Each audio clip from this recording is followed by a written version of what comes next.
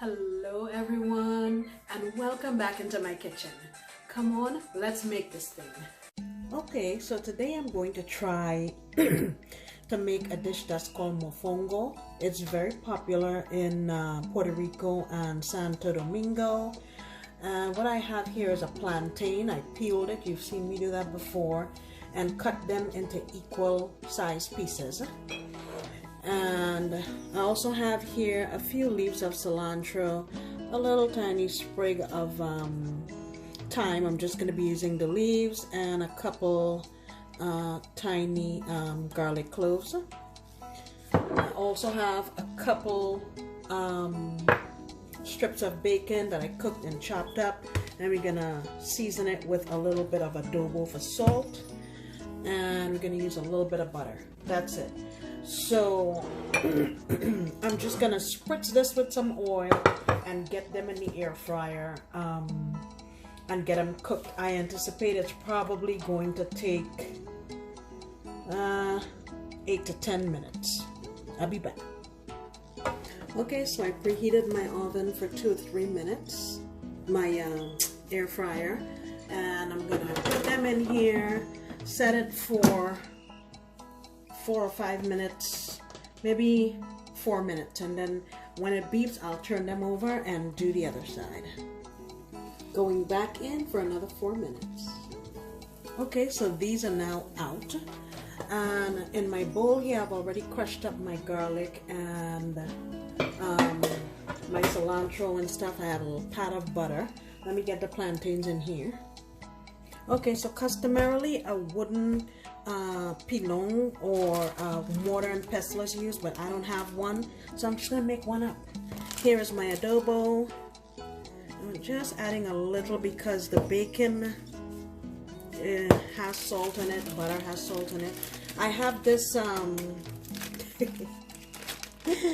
this is a bottle opener, and I'm just putting it inside of this plastic, and I'm gonna use that to mash my stuff up.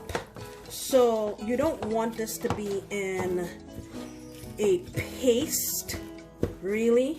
You want to have some chunks in there, and then once you get this incorporated nicely, the way it's served is you put it into a mold, and you can serve some shrimp and stuff with it. So I'm going to finish mixing this up, get it into my mold, and I'm going to quickly cook up some shrimp. Alright, so let me show you what I've got going on here. I have some shrimp. I have 5 colossal shrimp, clean, peeled, deveined, washed with lime juice and water, dried off. And I season that with a few cracks of my pepper, half a teaspoon of my adobo, and I just mixed it around and let it sit. I have here 2 mini bell peppers, about a 1/4 cup of red onion, and 1 clove of garlic that I grated up, and 1 little sprig of thyme. Okay, so I'm heating up my frying pan here, and the first thing we're gonna do is give a quick sear to the shrimp. I think my pan is ripping hot. Let me go in with my shrimp. And I'm not trying to really cook this through, I just want to sear. Let me flip that one.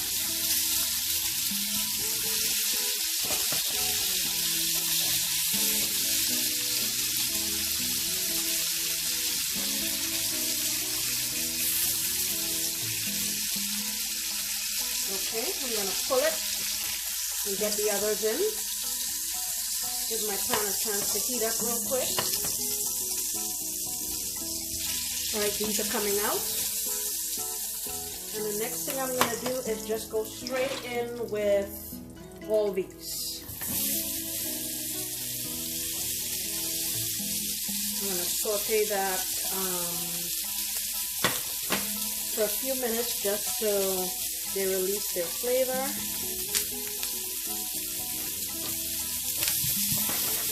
I'm going to bring my heat down just a bit because I do not want my garlic to burn.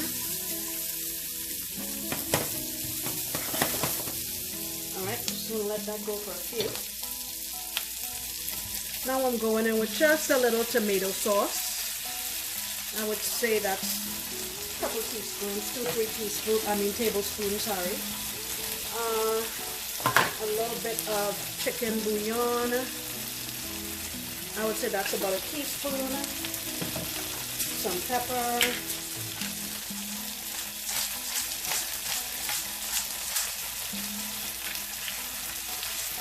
Also gonna hit it with a little bit of my powdered achiote.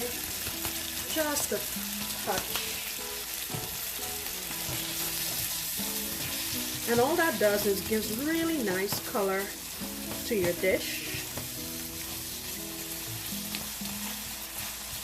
Ooh, smells lovely. Little hit of adobo. And I'm gonna add a little bit of water here just to make a sauce. That's 1/3 of a cup. Alright, so I'm gonna just let this go. I'll taste it to see what my seasonings look like.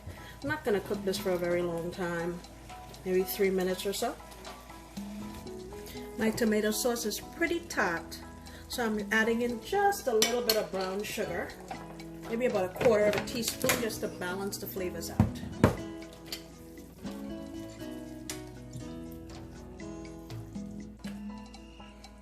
And then our shrimp goes back in, and we're not going to cook this long at all.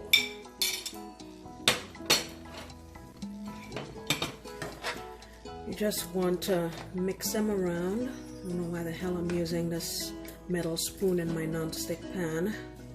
Bad, bad, bad. And really, I'm going to kill this because the heat from my sauce is going to finish cooking my shrimp, and I really don't want them to be rubbery. Okay, off we go. I totally forgot that I wanted to add just a pinch of cumin.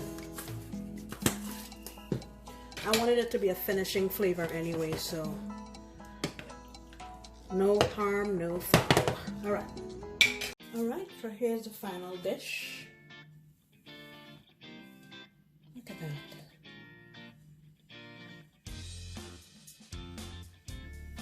It smells so delicious. Guys, you would pay top dollar for something like this at a restaurant, and you don't even know what they're putting in there. Look at how simple this was to put together. That didn't even take 30 minutes, honestly. So I hope you guys, take the chance, step out of your comfort zone and take the chance and make this, because I know you and your family are going to love it. Thank you so much for stopping back into my kitchen. I sincerely appreciate you, and I look forward to you coming back next time when I promise to make another delicious recipe. Please don't forget to like, comment, and subscribe. Bye!